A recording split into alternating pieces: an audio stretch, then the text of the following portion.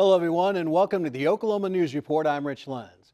Governor Kevin Stitt and the legislature working together on a tight timeline to try and convince a Fortune 500 company to locate what he described as a humongous factory in northeast Oklahoma.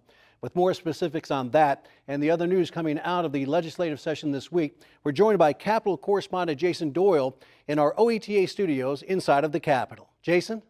That's right, Rich. Lawmakers took up Governor Stitt's challenge to create and pass an incentive program to lure electronic manufacturer Panasonic. The company is looking to locate its next battery manufacturing facility either in Oklahoma or Kansas. We're taking Oklahoma to the world. Governor Kevin Stitt has been working behind the scenes to lure a major company to the Mid-America Industrial Park in Pryor. On Monday, he went public with a big ask, an incentive package far exceeding what's currently available. We have an opportunity to land one of the largest factories in the entire country. Just a humongous factory with billions and billions of dollars worth of investment, thousands and thousands of jobs. Panasonic is looking to build a mega factory in North America. Kansas and Oklahoma are the likely targets. The factory would build batteries for electric cars, and Panasonic already has a production contract with Tesla.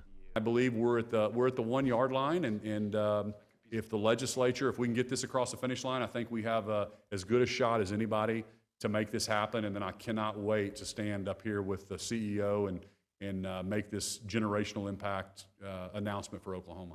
He was confident Oklahoma could beat out Kansas for the mega factory. I would not be standing up here asking for this in front of the press unless we thought we had a pretty good shot. But I'll tell you this, if I don't get it passed, it's not happening. Late Monday afternoon, lawmakers gathered in committee to prepare the legislation, and what appeared the next day on the House floor was House Bill 4455. Lawmakers are calling the incentive fund the Large-Scale Economic Activity and Development Act, or LEAD Act. It would cost nearly $700 million and be used to rebate a portion of a company's potential major investment in Oklahoma. And yes, there are strings attached before a company would qualify for the incentive rebates. And those rebates would be 3.4% of the investment, and it would require a minimum capital expenditure of $3.606 billion. Of course, jobs are part of the deal, too. It's full-time job requirements. Year 1, 500 jobs. Year 2, 1,000 jobs. Year 3, 2,500 jobs. And year 4 and 5, 4,000 jobs. If those job metrics are not hit, then the company would no longer qualify for the rebate.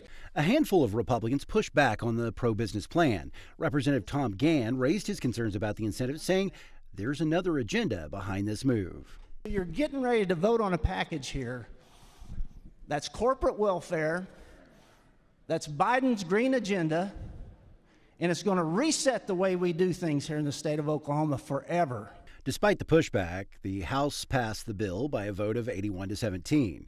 On Thursday morning, it was the Senate's turn. Senate Appropriations Committee Chairman Roger Thompson says House Bill 4455 learns from past incentive mistakes the legislature has made. You will notice that there are guardrails, there are reduced risk, and that it requires accountability. Some Senate Republicans did question the incentive package as well. Senator Warren Hamilton wanted to ensure House Bill 4455 wasn't just for one major company. Just for clarification, we're not entertaining a deal with a specific corporation with this particular piece of legislation. Any company that's willing to invest $3.6 billion that will build 4,000 jobs in 4 years, Oklahoma's open for business. We'd like to talk to you. The multi-million-dollar incentive program was still popular enough to win solid approval and send it to the governor. Having received 41 ayes and 5 nay, I declare House Bill 4455 to have passed.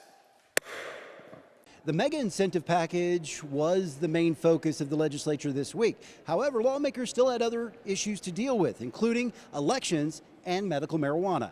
House Bill 3321 requires paper ballots, provides a means for voting for the blind, visually impaired, disabled, or inability to read or write to cast a ballot privately and independently. House Bill 3321 also requires poll watchers to be in person during the vote count, not observing online. Prohibits the use of official letterhead of candidates and elected officials to send absentee ballots. keeps voting machines from being connected to the internet, and future voting systems must report absentee ballots by precinct. That measure passed unanimously. Additionally, Senator Lonnie Paxton authored an election-related bill. This one would uncouple state elections from federal. What this would do in the event that the federal government chose to go ahead and pass what they're calling H.R. 1, which would be a federal takeover of the election system, that this bill would move to separate the state and local elections away from the federal elections and have a different set.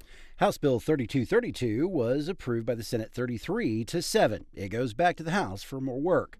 Late in the week, the House passed Senate Bill 1100, which restricts Oklahoma birth certificates to only the choice of male or female. It was in response to a former Oklahoma resident successfully getting a non-binary designation on their birth certificate. It now heads to the governor. Representative Josh West carried Senate Bill 1693 in the House. He says it puts medical marijuana grow operations on the same footing as many agriculture operations. This would require applicants for commercial growers to, they would have to have a water permit, just like other traditional ag entities. It passed 82-1. Representative Anthony Moore presented Senate Bill 1967, which would protect taxpayers from abandoned marijuana grow operations. Senate Bill 1697 makes a requirement for commercial growing operations to create a $25,000 bond, not unlike those that are put up by other entities that with the local county. So in the issue of abandonment, there's ability to reclaim the property. The measure actually passed the House twice because of a procedural issue during the first vote. A revote for Senate Bill 1697 was held later that day. The vote on third reading on Senate Bill 1697 is rescinded.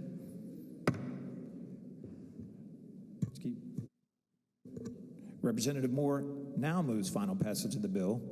Senate Bill 1697 now heads to the governor's desk. Speaking of marijuana policy, the Oklahoma Supreme Court this week gave approval to a recreational marijuana initiative petition to start gathering signatures. If successful, it could mean Oklahoma voters will get a chance to decide the issue in the next year or so. From the OETA Capitol Studio, I'm Jason Doyle. Rich? Jason, thank you very much.